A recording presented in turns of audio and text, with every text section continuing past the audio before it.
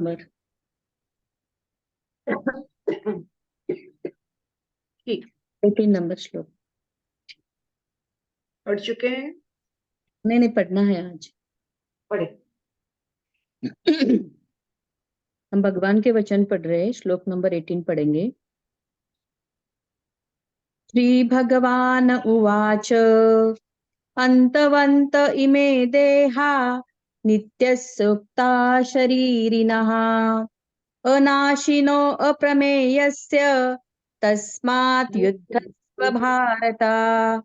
अंतवंत इमे देहा नित्यसुप्तः शरीरिणः अनाशिनो अप्रमेयस्य तस्मात् युद्धस्व भारत।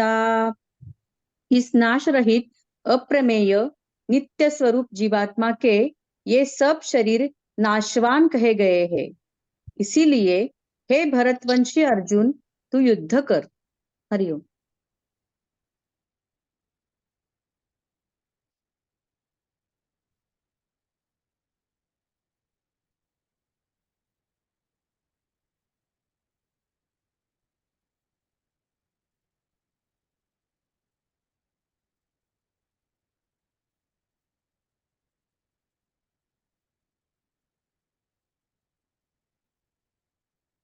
ये शरीर और आत्मा की जो बात है,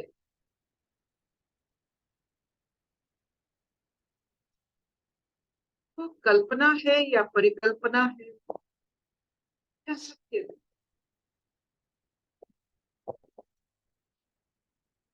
ये कब से मनुष्य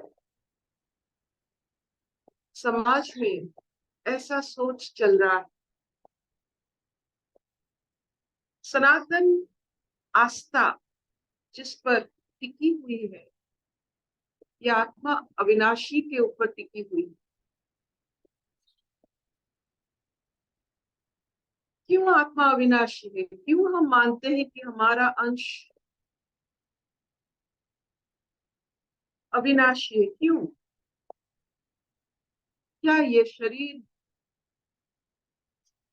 जो अहंकार से लिपटा हुआ है, उसका एक कारण हो सकता है कि शरीर जाने के बाद भी हम रहते हैं? या अपना एक ऐसा सोच है जिसमें हम यहाँ ब्रह्मांड में रहने की कोशिश करते हैं? बच्चों को जन्म देकर हम ही रहते हैं,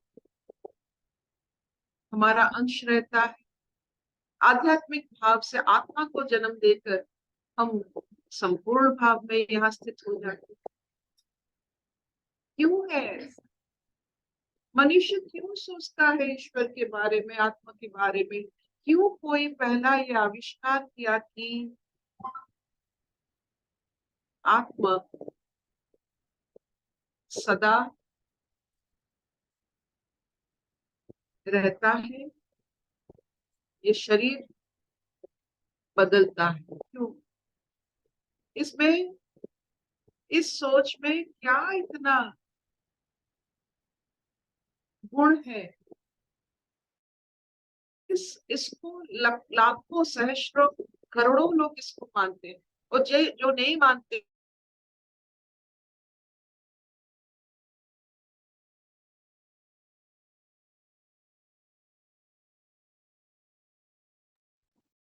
तो अलग होते हैं, जो नहीं मानते हैं वो अलग।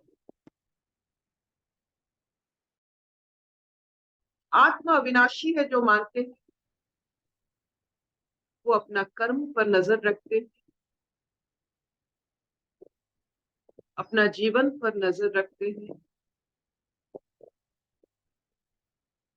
और जो ये नहीं मानते कि कोई अविनाशी अंश या कोई ऐसा कुछ नहीं है, मर गए तो तर गए, बस एक ही जीवन, इसके बाद ना कुछ है, ना कुछ था, ना कुछ नहीं होगा, तो वो अलग जीवन बिताते हैं।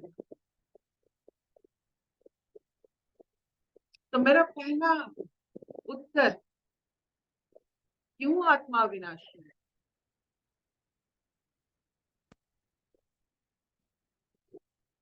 क्योंकि फिजिक्स के अनुसार matter is never created, not destroyed, it is transform. ये तथ्य गणित से प्रतिपादन हुआ है कि यहाँ जो है उसको और तैयार नहीं कर सकते हो,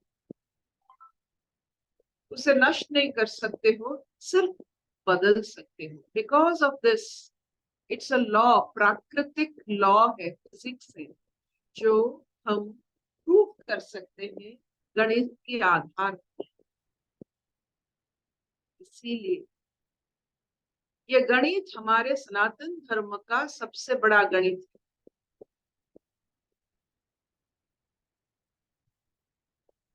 आपकी मानने से ना मानने से कोई प्रभाव नहीं पड़ता है सत्य को।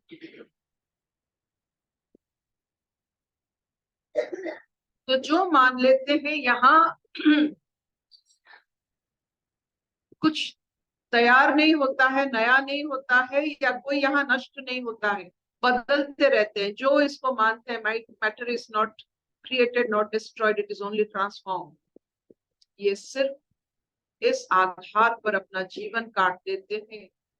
और इतने सुंदर भाव से जीवन कटता है कि बस जैसे हम खेल के मैदान में,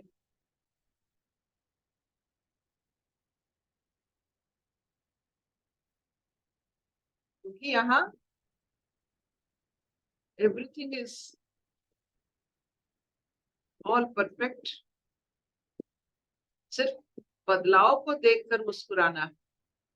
कृष्ण कृष्ण की मुस्कान जो हमें हर हर हर समय आकर्षित करती है, सिर्फ ये बदलाव को देखकर, क्योंकि वो फिजिक्स जानते हैं matter is neither created not destroyed, only transform. तो ये ट्रांसफॉर्मेशन ही वो मुस्कान में बना देते हैं। हम क्या ट्रांसफॉर्मेशन को, बदलाव को समझते हैं, इसे स्वीकार करते हैं। अभी अभी जो अर्जुन अपने पितामह, अपने गुरु को विपक्ष में खड़ा है, वो तो ट्रांसफॉर्मेशन ही है। क्या वो स्वीकार कर सकता है? हर चीज हमारे जीवन में एक ट्रांसफॉर्मेशन है, जो बदलाव होता है। जैसे मेरी माँ अभी एक हॉस्पिटल में है, ये ट्रांसफॉर्मेशन है कि ये बदलाव है, हम स्वीकार करते हैं।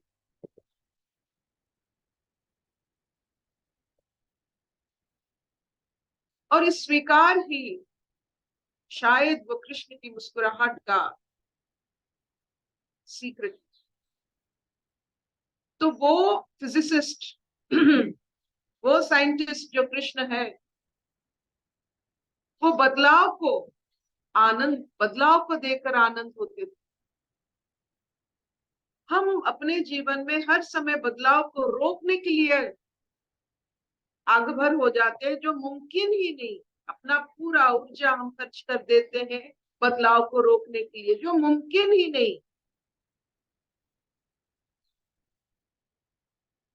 बदलाव पर, ट्रांसफॉर्मेशन पर जय जयकार कीजिए, स्वीकार कीजिए ये मानते हुए कि आत्मा जो मैटर है, जो तत्व है, वो रहेगा, रहता है, वो सिर्फ बदलता है एक आकार लेकर। बीइंग एंड बिकमिंग, आकाश से जैसे बादल बनते हैं, समंदर से जैसे लहर बनते हैं, वैसे आत्मरूपी चारों तरफ विद्यमान ये मैटर जो तत्व है, उसी से शरीर बनता है और वो बदलता है। तो शरीर भी आत्मा अंश लेकर जन्म लेता है और शरीर बदलता रहता है। और जब शरीर नहीं रहता है, फिर वही ट्रांसफॉर्मेशन और एक ट्रांसफॉर्मेशन होता है।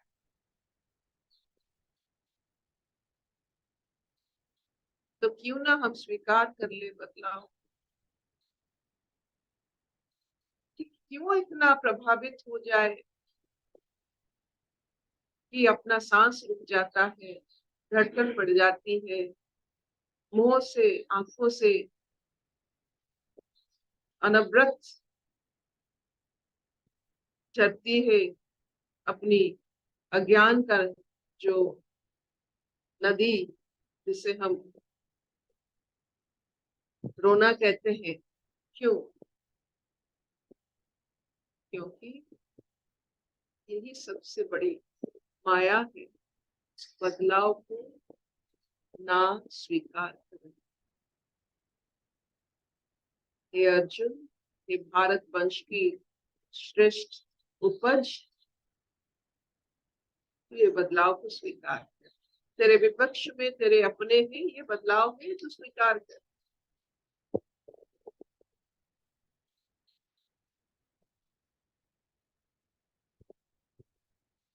क्या इतना चलेगा?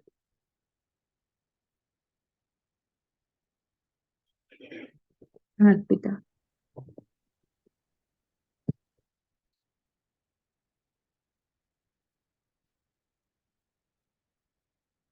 सबसे बड़ी मैंने जीवन में अनुभव किया है,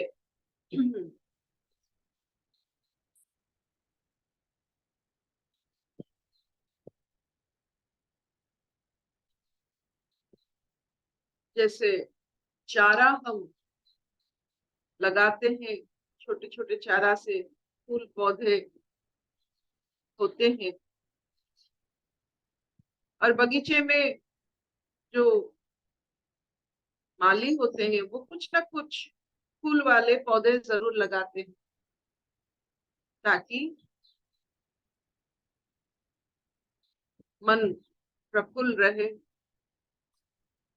और आकर्षित, मन को आकर्षण करने वाले थोड़ा बहुत चारा, पेड़, छोटा छोटा फूल रहे।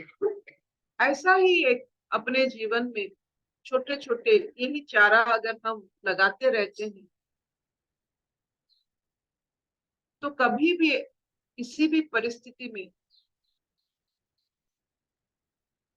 ना हम उदंड होते हैं, ना शोक से म्रियमाण हो जाते। ये छोटे छोटे चारा बहुत जरूरी होता है।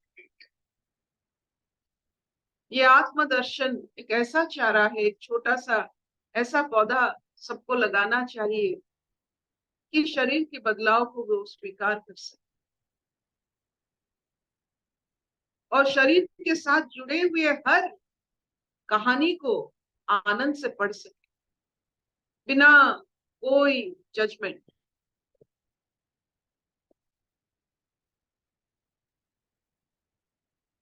क्या इतना चलेगा?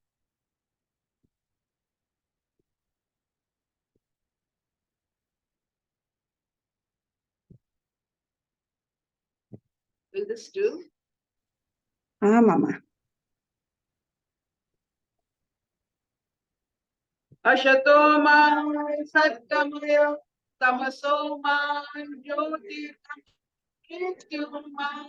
अमृतंगमय सर्वे सुखिनः सन्तु सर्वे सन्तु निरामया सर्वे भद्राणि पश्यन्तु मा कश्चित् दुःखभाग् भवेत्।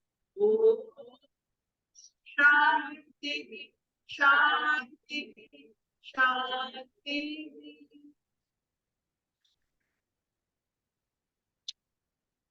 Thank you.